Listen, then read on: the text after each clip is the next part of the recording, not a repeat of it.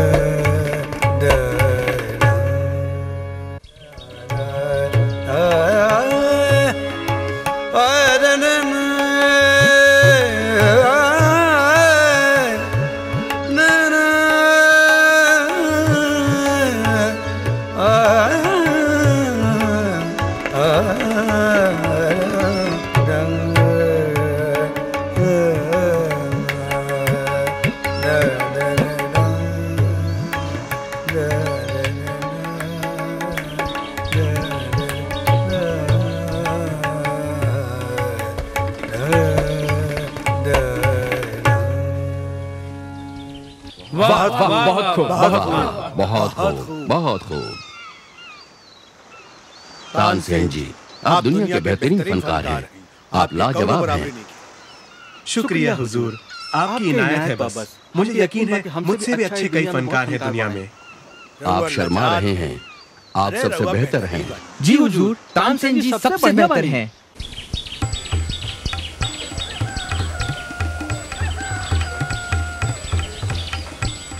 बीरबल, आप खामोश क्यों हैं? आप मेरी बात से सहमत नहीं? माफी चाहता हूँ हुजूर, लेकिन जैसा कि तानसेन जी ने खुद कहा है, उनसे भी बेहतर फनकार हैं इस दुनिया में। बीरबल, आपको चुनौतियाँ पसंद हैं। खैर, मैं चाहता हूँ कि आप तानसेन जी से बेहतर फनकार ढूंढ लाएं।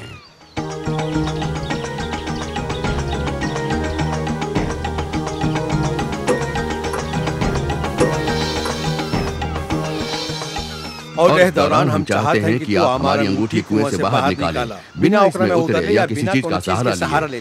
क्या आप इसे कर पाएंगे? हुजूर, जहाँ तक एक फनकार की बात है, तो तानसेन जी के गुरु ऐसे ही फनकार हैं। तानसेन जी आपके गुरु? जी हुजूर, वो मेरे हमारे गुरु हैं और एक महान गायक हैं। वो अभी तीर्थ यात्रा पर गए हैं और 1 महीने बाद लौटेंगे। हुजूर, क्यों ना हम लौटने का इंतजार करें और तब तक मैं आपकी अंगूठी निकालने का तरीका भी ढूंढ लूंगा। ठीक है बीरबल, तुम्हें दोनों चुनौतियों को पूरा करने के लिए 1 महीना है।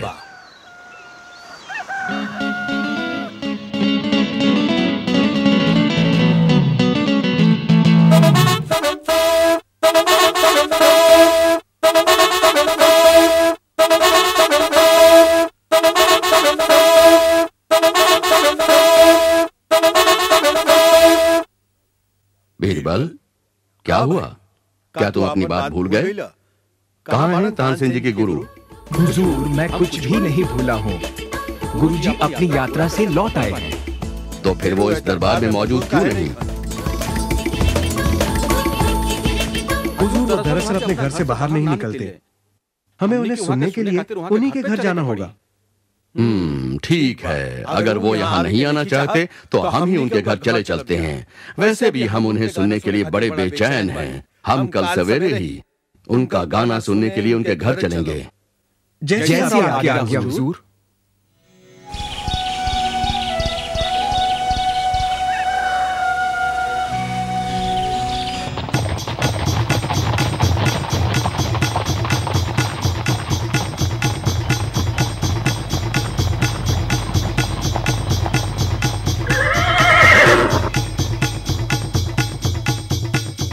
अब यहाँ से आगे हमें पैदल चल के जाना होगा हुजूर। घोड़ों पर यहाँ से जाना मुमकिन नहीं। अगर आपके गुरुजी इतने महान फनकार हैं, तो वो ऐसे वीरान जंगल में क्यों रहते हैं? उन्हें दुनियादारी से दूर एकांत और शांति में रहना ज्यादा पसंद है।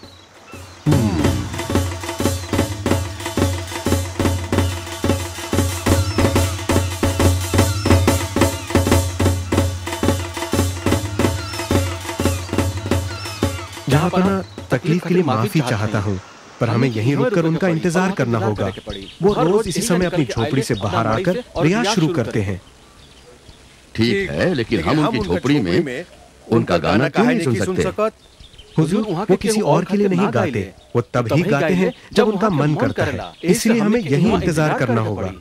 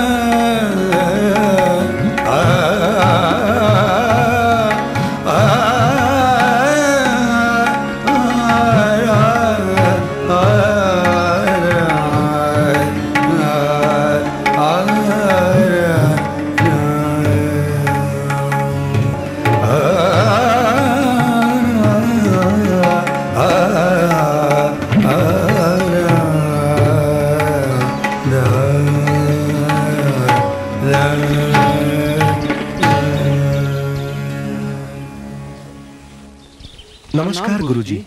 ओह धन्य भाग हमारे, आइए पधारिए।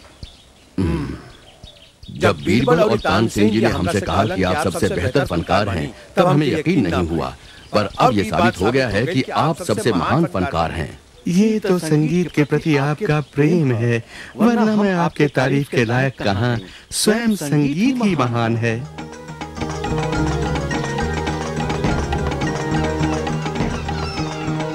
मुझे अच्छे फनकार की पहचान है गुरुजी।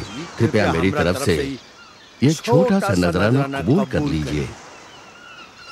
माफी चाहता हूँ हुजूर, मैं इनाम के लिए गाना नहीं गाता, और वैसे भी मुझे यहाँ किसी चीज की कमी नहीं। ये इनाम आप किसी जरूरतमंद को दे दीजिए। अगर आप इनाम नहीं लेना चाहते तो ना सही, लेकिन मेरे साथ महल चलिए, वहाँ आपको कोई तकलीफ नहीं होगी। आप आराम से रहेंगे और जब मन चाहे हम आपका गाना भी सुन सकेंगे। माफी चाहता हूँ हुजूर, परंतु मैं इस जंगल में अपनी छोटी सी कुटिया में बहुत खुश हूँ। ये शांति मुझे आपके महल में नहीं मिल सकती, और वैसे भी मैं सिर्फ ईश्वर के लिए गाता हूँ। आपको ये बात शायद बुरी लगे। हम आपकी भावनाओं की कदर करते हैं, लेकिन आपको कभी किसी चीज की जरूरत हो तो हमसे जरूर कहिएगा। अब आगे दीजिए। ये बताइए कि वो इतना अच्छा और आपसे भी बेहतर कैसे गाते हैं तानसेन जी? दरअसल हुजूर, इस सवाल का जवाब मैं देना चाहूंगा। गुरुजी सिर्फ ईश्वर के लिए गाते हैं, जबकि तानसेन जी आपके लिए और हमारे लिए गाते हैं। और गुरुजी पूरी भक्ति के साथ गाते हैं, जो सिर्फ इस दुनिया और उसके ऐशो आराम को त्याग करने से ही प्राप्त होती है। हम आपकी बात से सहमत हैं, लेकिन उस दूसरी चुनौती का क्या हुआ? कहाँ है हमारी अंगूठी? हुजूर, हम उस कुएं के पास से गुजरेंगे और वो अंगूठी आपको मिल जाएगी। ये तो हमें देखना होगा।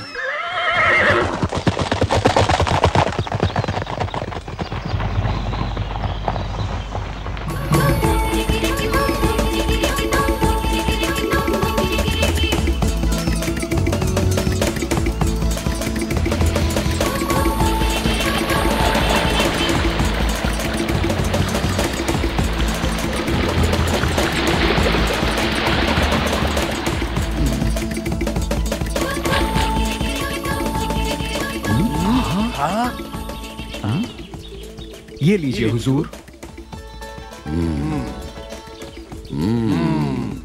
शाबाश बीरबल। अब ये बताओ कि तुमने ये किया कैसे? हुजूर, जब आपने उस रोज अपनी अंगूठी कुएं में फेंकी, तब मैंने पास में पड़े गोबर को उठाया और उसे कुएं में अंगूठी के ऊपर फेंक दिया।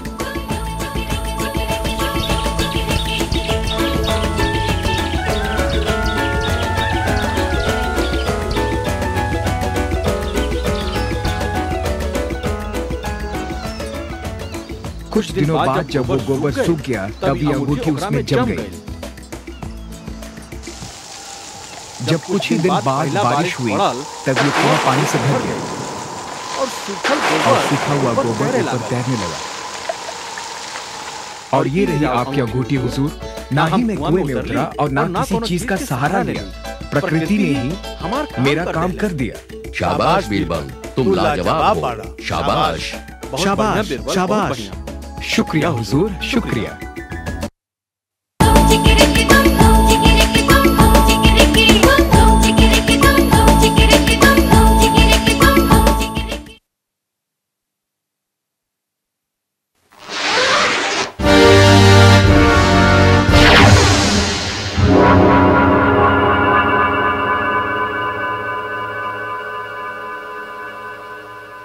आगरा शहर में दो महाजन हुआ करते थे। उनमें से एक का नाम नेकीराम था। वो एक सीधा साधा शरीफ आदमी था जो कभी अपने ग्राहकों से बेईमानी नहीं करता था, न उनसे ज्यादा ब्याज लेता था और कभी किसी की मदद करने से पीछे नहीं हटता था। दूसरे का नाम बदीराम था। वो एक लालची आदमी था जो हर समय अपने ग्राहकों से बेईमानी करने की ही सोचता था, साथ ही ब्याज भी बहुत ज्यादा मांगता था। बदीराम के ज्यादातर ग्राहक अपनी सारी जिंदगी उसका छोटा सा उधार चुकाने में बिता देते थे। एक दिन, नमस्ते मित्र। कमल, तुम्हें देखकर बड़ी खुशी हुई। आओ बैठो। मित्र, मुझे पैसों की बड़ी सख्त जरूरत है। मुझे अपने व्यापार में लगाने के लिए 500 सोने की अशर्फियां उधार में चाहिए। ये पैसे मैं तुम्हें 6 महीने में लौटा दूंगा। मैं काश तुम्हारी मदद कर सकता। क्या तुम शाम तक रुक सकते हो? आज कुछ लोग मेरे पैसे वापस लौटाने वाले हैं। ठीक है, लेकिन जैसे मैंने कहा, इन पैसों की मुझे आज ही जरूरत है।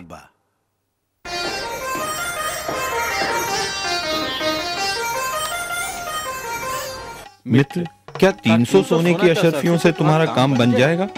मैं सिर्फ इतने का ही इंतजाम कर पाया। बाकी की रकम मैं तुम्हें अगले हफ्ते तक दे दूंगा। नेकीराम, मुझे आज रात ही जयपुर के लिए रवाना होना है और अगर पैसे ना मिले तो मैं बर्बाद हो जाऊंगा। मेरा सब कुछ दांव पे लगा है। ठीक है, मैं कुछ सोच के बताता हूँ। हाँ, बदीराम बगल में ही है। मैं उसे काफी सालों से जानता हूँ। वो भी एक महाजन है। मैं तुम्हारे लिए उससे पैसे उधार लेता हूँ। मेरा मित्र कमल जयपुर से आया है। मैं उसे बचपन से जानता हूँ। उसे पैसों की सख्त जरूरत है। मुझे 200 सोने की अशर्फियों की जरूरत है। ये रकम मैं 6 महीने में वापस लौटा दूंगा। ठीक है नेकीराम, क्योंकि मैं तुम्हें जानता हूं, मैं तुम्हें ये उधार दूंगा, लेकिन मेरी 2 शर्तें हैं। एक, इस रकम पे 50 सोने की अशरफिया का ब्याज होगा, और दूसरी ये कि अगर तुम 6 महीने में मेरी ये पूरी रकम नहीं लौटा सके तो तुम्हें मुझे अपने जिस्म का 1 सेर मांस देना होगा। मेरा जिस्म का 1 सेर मांस? ओह, ठीक है, मेरे मित्र को इस रकम की सख्त जरूरत है, तो मैं तुम्हारी ये शर्त मंजूर करता हूँ, क्योंकि मुझे यकीन है कि मेरा मित्र मुझे धोखा नहीं देगा और मेरे पैसे जरूर लौटाएगा, और मैं तुम्हारी इस शर्त से बच पाऊंगा। ठीक है, ये लो तुम्हारी 200 सोने की अशरफिया, लेकिन याद रखना, अगर तुमने 6 महीने में मेरे पैसे नहीं लौटाए तो तुम्हें मुझे अपने जिस्म का 1 सेर मांस देना होगा।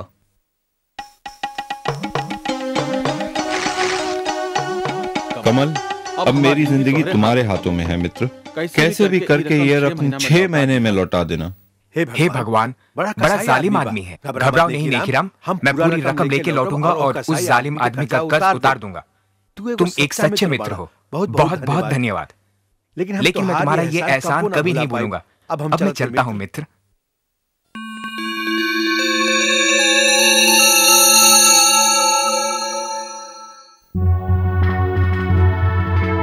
नेकीराम, तुम्हारे 6 महीने पूरे हो गए हैं, कहाँ हैं मेरे पैसे? बदीराम मित्र, मैं खुद कमल का इंतजार कर रहा हूँ। वो अभी तक लौटा नहीं, लेकिन मुझे यकीन है कि वो मुझे निराश नहीं करेगा और शाम से पहले जरूर लौटेगा। मैं तुम्हारे पैसे तुम्हें सूरज ढलने से पहले लौटा दूंगा। खैर, तुम्हारे पास शाम तक का समय है। अगर तब तक मुझे मेरे पैसे नहीं मिले तो तुम्हें याद है ना, तुम्हें मुझे अपने जिस्म का 1 सेर मांस देना होगा। बदीराम, तुम्हें तुम्हारे पैसे मिल जाएंगे। मेरा मित्र मुझे निराश नहीं करेगा।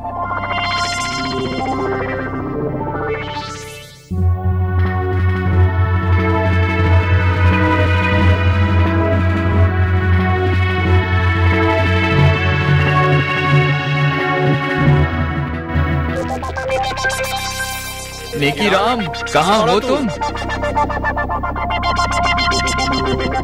बदीराम, मैं अभी तुम्हें ही मिलने आ रहा था। कमल अब तक लौटा नहीं। जरूर कुछ समस्या हो गई होगी। वो 1-2 दिन में जरूर लौटेगा। नहीं तो खुद मैं जयपुर जाकर उसका पता लगाऊंगा। मुझे सिर्फ कुछ दिनों की मोहलत और दे दो। बिल्कुल नहीं, मैं अब तुम्हें और मोहलत नहीं दे सकता। या तो तुम मुझे मेरे पैसे वापस लौटाओ, या फिर शर्त के मुताबिक अपने जिस्म का एक सेर मांस मुझे दो। बदीराम, मुझ पर रहम करो। अगर तुम मेरे जिस्म का एक सेर मांस काटोगे तो मैं मर जाऊंगा। मैं तुम्हारे पैसे लौटा दूंगा। मुझे सिर्फ थोड़ी सी मोहलत और दे दो। अब कोई फायदा नहीं, या तो पैसे दो या फिर अपने जिस्म का एक सेर मांस।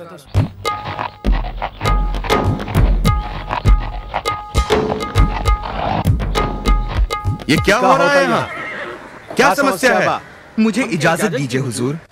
इस आदमी ने मुझसे उधार लिया है और अब ना तो ये उधार लौटा रहा है और ना ही शर्त के मुताबिक पैसे ना लौटाने पर अपने जिस्म का एक सेर मांस मुझे दे रहा है। क्या ये सच बोल रहा है? जी हुजूर, ये सच है। मैंने उधार लिया था, लेकिन मेरा मित्र जयपुर से अब तक लौटा नहीं। पर मुझे यकीन है वो जरूर आएगा और जल्द ही। मुझे बस थोड़ी मोहलत और चाहिए। तुम इसे थोड़ी सी मोहलत और क्यों नहीं देते?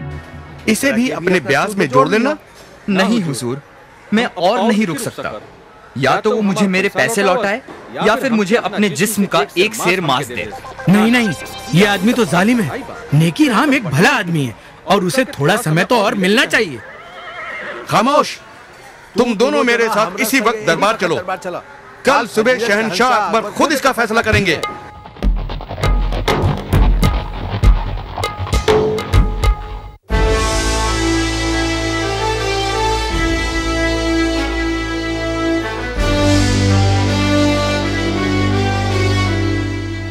इसलिए मैं इन्हें यहाँ ले आया हुजूर। बीरबल, अब तुम ही ये मामला सुलझाओ।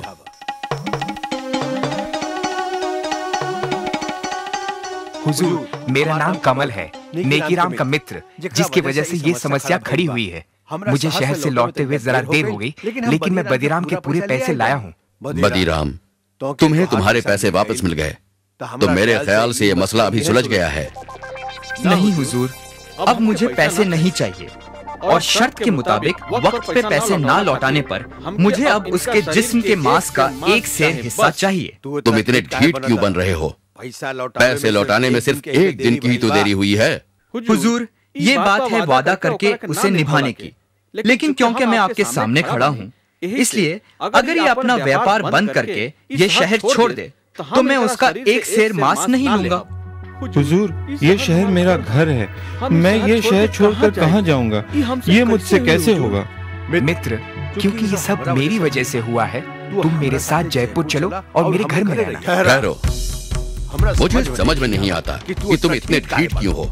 अपने पैसे लो और ये मसला अभी और इसी वक्त खत्म करो। हुजूर, आप शहंशाह हैं, आपका हुक्म तो मानना ही होगा, लेकिन इसका मतलब ये होगा कि व्यापार में दिए किसी भी वादे की कोई कीमत नहीं है।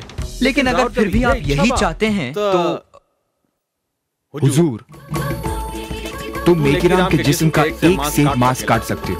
अगर यही तुम्हारी जिद है तो सिपाही, इन्हें अपनी तलवार दो।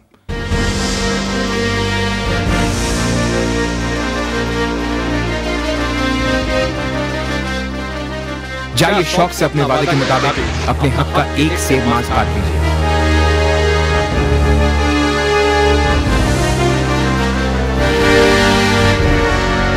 रुको, याद रखना, वादे के मुताबिक तुमने सिर्फ एक सेर मांस की ही मांग की है, लेकिन अगर तुम एक बूंद भी खून बहाओगे तो तुम्हें उसके बदले में हमें अपना खून देना होगा। खून? पर लेकिन ये कैसे हो सकता है?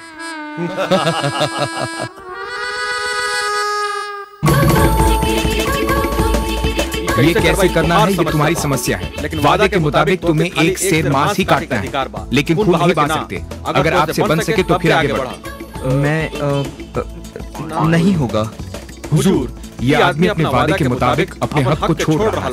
तुम एक जालिम इंसान हो और तुम्हारे इरादे भी साफ नजर आते हैं। तुम बस नेकी राम को अपने रास्ते से हटाना चाहते थे, क्योंकि वो तुम्हारे ही व्यापार में है। मैं माफी चाहता हूँ हुजूर। मुझे माफ कीजिए। तुम्हें माफी नहीं मिल सकती। मुझे यह भी पता चला है कि तुम काफी लोगों के साथ बेईमानी कर चुके हो। तुम्हें 1 साल की कैद की सजा सुनाई जाती है और नेकी राम को जो रकम तुमने उधार दी है वो हम नेकी राम को उसकी परेशानी के एवज देते हैं। सिपाहियों, इसे काल कोठरी में डाल दो। शुक्रिया जहांपना, शुक्रिया बीरबल जी। बीरबल, एक बार फिर तुमने अपनी चतुराई से इंसाफ को जीत दिलाई। शाबाश, शाबाश बीरबल, शाबाश। शुक्रिया हुजूर। राजा बीरबल जिंदाबाद, शहंशाह अकबर जिंदाबाद, राजा बीरबल जिंदाबाद।